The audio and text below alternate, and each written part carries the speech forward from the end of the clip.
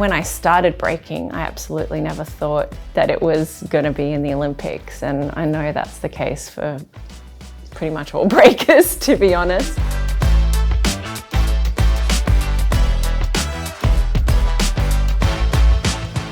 My name's Rachael Gunn. I'm a lecturer at Macquarie University, and I also go by the name Raygun. I will be representing Australia at the Olympics later this year in breaking. Explaining what breaking is actually a really hard question because it's so many things. It's a dance, a sport, a community, a culture, a lifestyle. I was introduced to it by my boyfriend, who's now my husband, and my coach. I met him when I was 20, and he introduced me to this dance and to this culture. And it took me a few years, honestly, to start training because I didn't have the upper body strength. I came from a more choreography background. It was a really huge learning curve. If you were to look just at the dance itself has different components. You've got the standing aspect of the dance called top rock. You've got footwork, which is the kicks and the spins you see with people doing like a squat or a tabletop position. You've got the more acrobatic or gymnastic style moves called power moves. And then you've also got the poses that people hold, and usually at a really good point in the music, that are called freezes. The correct term is breaking. Breakdancing was a term coined by the media in the early 1980s. Breakdancing, a skill that's guaranteed to separate the men from the boys. It's been happening in America for some time, but here in Sydney, it's just getting on its feet. Breakdancing really became associated with a disregard for the culture and the history of the dance form. Breaking is the correct term, and it's great to see that breaking is the term being used in the Olympics.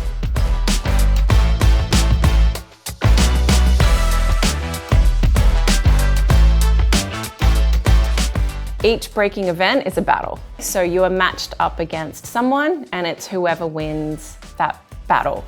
The breaking judging system is a comparative system. It's who is doing better across 5 categories. And that criteria is your execution, so your cleanliness, the clarity of your movement, the flow, the range of movements you're doing. Contrary to what many Aussies think, it's not just a series of worms after worms for a whole battle. Musicality. It's the first time you're hearing the music, but you have to show you're responding to the music. You're dancing to the music, you're highlighting different rhythms and textures. Technique. And finally, originality. And this one's really important. It's hard, I think, for outsiders to see because they're not as familiar with the canon of breaking. What you're doing to innovate on breaking, on that foundation and that form, what's new that you're bringing.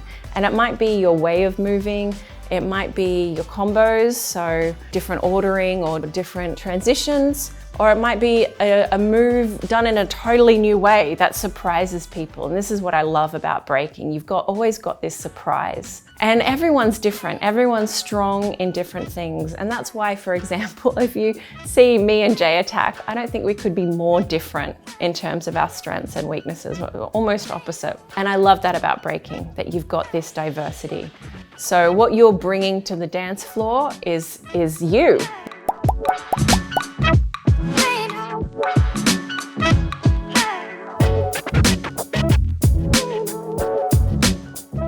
There's going to be 2 rounds, and as you get further along in the competition, it's 3 rounds. I think what people should be looking for is, particularly when the dancer comes out, how are they dancing to the music? The next thing that they could look for is their shapes, their angles. That helps you get a sense of the clarity of the movement. If there's anything different they're seeing more with one breaker than with other breakers, so that might help to see the originality. And any kind of conversation that might be happening between the dancers. There are little signs that dancers give. I'm not sure how much of this will be allowed at the Olympics, but it's not really good to repeat across battles. So if you've already done that head spin combo, you can't really do it again later. So if you're seeing people count, how many times are they doing this? That's because they're calling, you're running out of moves, and I'm seeing that. So there's lots of little actions and movements. You know, they might touch the floor, which says, well, you crashed that wasn't clean. I saw that you messed that move up. So these are little things that people might, you know, pick up on.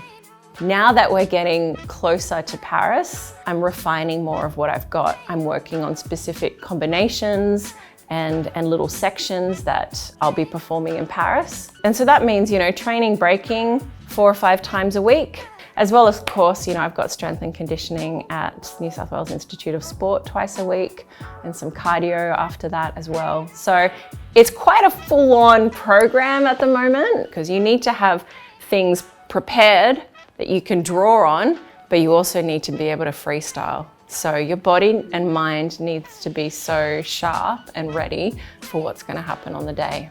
Australia, we're definitely the underdogs coming into this, but you know, that can also work in our favor because people might underestimate us.